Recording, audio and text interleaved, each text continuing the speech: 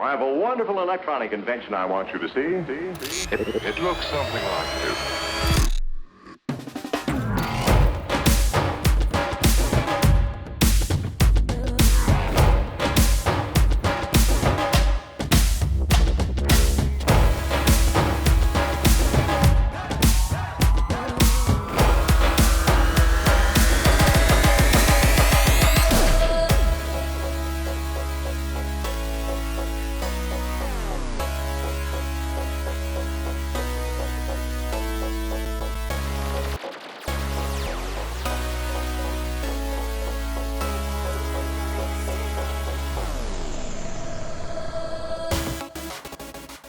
So last year in April, I saw the Blackmagic URSA Mini 4.6K for the first time, and I was surprised by what Blackmagic was attempting to achieve in a low-budget production camera.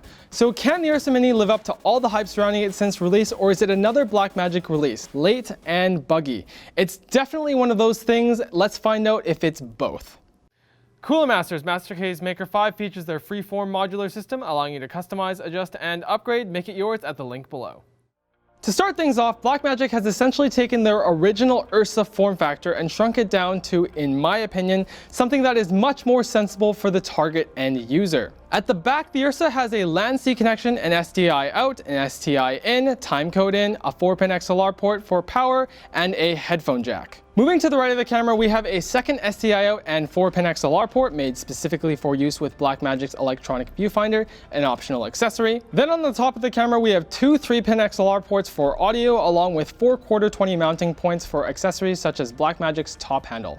At the very front, we have a much appreciated Blackmagic staple, a built-in mic for scratch audio. On the left of the camera, we meet the 5-inch 1080p capacitive touchscreen, which opens up away from the camera, camcorder style. Directly to the right of the monitor, we have the audio dials and other controls, as well as 2 dual CFast 2.0 slots, a tough decision that Blackmagic made with a lot of pros and cons. Let's start with the cons. CFast 2.0 cards, which may be the wave of the future, you can learn more about them here, are not cheap right now. A 64 gig card, one card, runs north of $200. Making matters worse, that 64 gig card gets you about 6 minutes of record time at 24 FPS in the URSA Mini's highest ProRes recording setting, and even less in uncompressed RAW, before you even need to offload. My solution has been to use the Atosh C2S, a CFast SSD adapter that allows you to seamlessly use SSDs in place of CFast cards. Without getting into too much detail, my experience was usable at best. You can't close the LCD. Many SSDs, even ones that should probably work, are detected inconsistently, and the upfront cost of the box is frankly ludicrous. But I would still recommend it, or something similar, over loading up on CFast cards at this time, because ultimately I didn't lose any footage and I did find some drives that worked well, and thanks to the much higher available capacities of SSDs, Samsung's 3.84TB PM863 worked really well for me. I didn't have to constantly be concerned with the dreaded countdown timer. With that out of the way, let's get into what makes this camera really special, that wonderful Super 35 4.6K sensor. So let's shoot some resolution charts, right? No. Blackmagic also boasts that the URSA Mini delivers a whopping 15 stops of dynamic range, and if you're not sure why that's important, you can learn more about that here. So instead, I took the URSA out on a date in the real world, covering lighting situations from harsh noonday sun to sunset along the water. And look at this, from the darkest shadow to the brightest highlight, nothing in this image is clipped.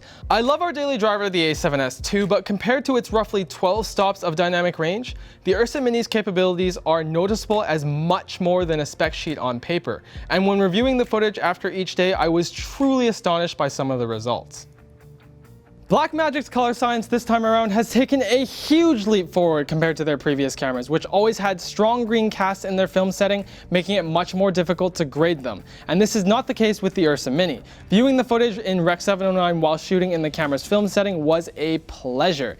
Skin tones for me in particular really came to life and gave the footage a really natural feel, something that has been much more difficult with our current staple of Sony cameras.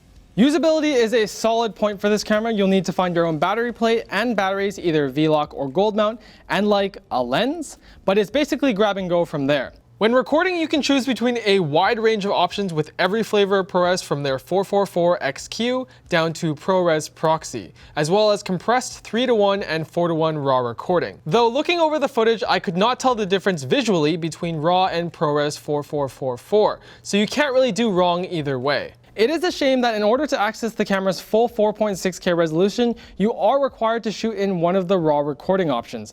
But this is a minor complaint in my eyes considering how good the UHD image already is. Even the built-in 5-inch monitor is pretty darn good. The touch interface is both responsive and simple to use, almost to a fault, as it hides fairly basic camera controls beyond aperture behind 2 button presses, and takes over the entire screen, making previewing your adjustments a bit of a pain. The 2 mappable buttons on the side of the camera will hopefully help with this, but in the current firmware that I'm using, they don't do anything. So I'll just keep waiting, Blackmagic. But for the best results, I'd still recommend something a bit better to make judging exposure easier. Blackmagic's EVF, while pricey at $1,500, was an absolute treat to use if you shoot outdoors a lot. But the built-in monitor really is very good, and I'd consider it an upgrade to be a nice to have, not an absolute need to have. But that's all fine and good tooling around downtown Vancouver by myself. How does it hold up in more realistic cinema-style applications where I have a decent-sized crew? I wasn't sure, so I gathered a few friends and we shot a short on Saturday. To my surprise, the camera held up very well. Once I found the right combination of rigging parts, I was able to keep focused on the content of the short instead of thinking about any technical issues of the camera. High praise indeed. And the monitor showed us its strength when we put it up on the jib in the middle of the day without a second monitor to use, allowing us to get this shot. And the praise keeps coming. Initially, when I heard the URSA Mini would include up to 120 FPS slow motion, I didn't give the feature much thought.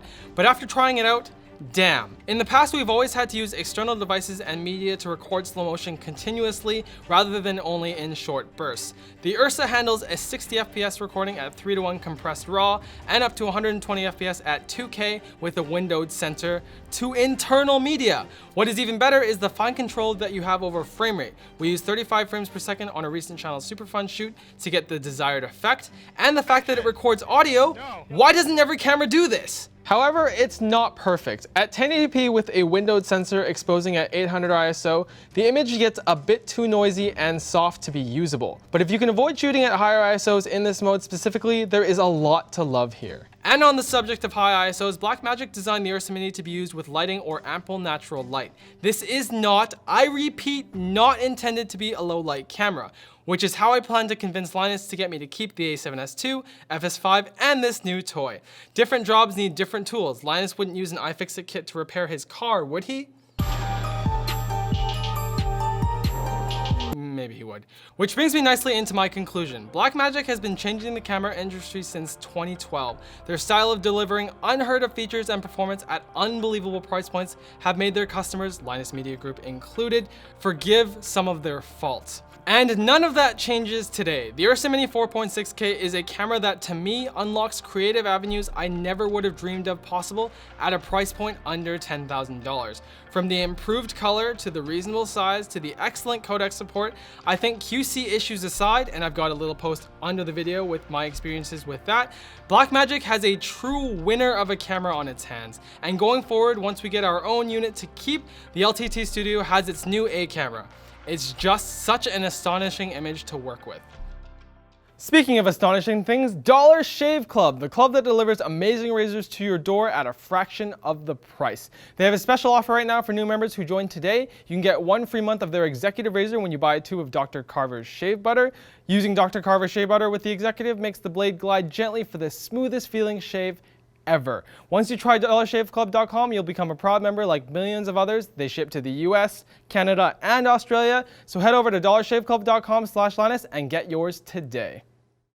So truly, thank you guys for watching. If this video sucked, you know what to do. But if it was awesome, get subscribed, hit that like button, or check out the link to where to buy the stuff we featured in this video at B&H in the video description. Also linked in the description is our merch store, which has cool shirts like this one, and our community forum, which you should totally join. Now that you're done doing all that stuff, you're probably wondering what to watch next. So click that little button in the top right-hand corner to check out our video where I reviewed the Sony A7S II, an excellent camera that we use for B-roll.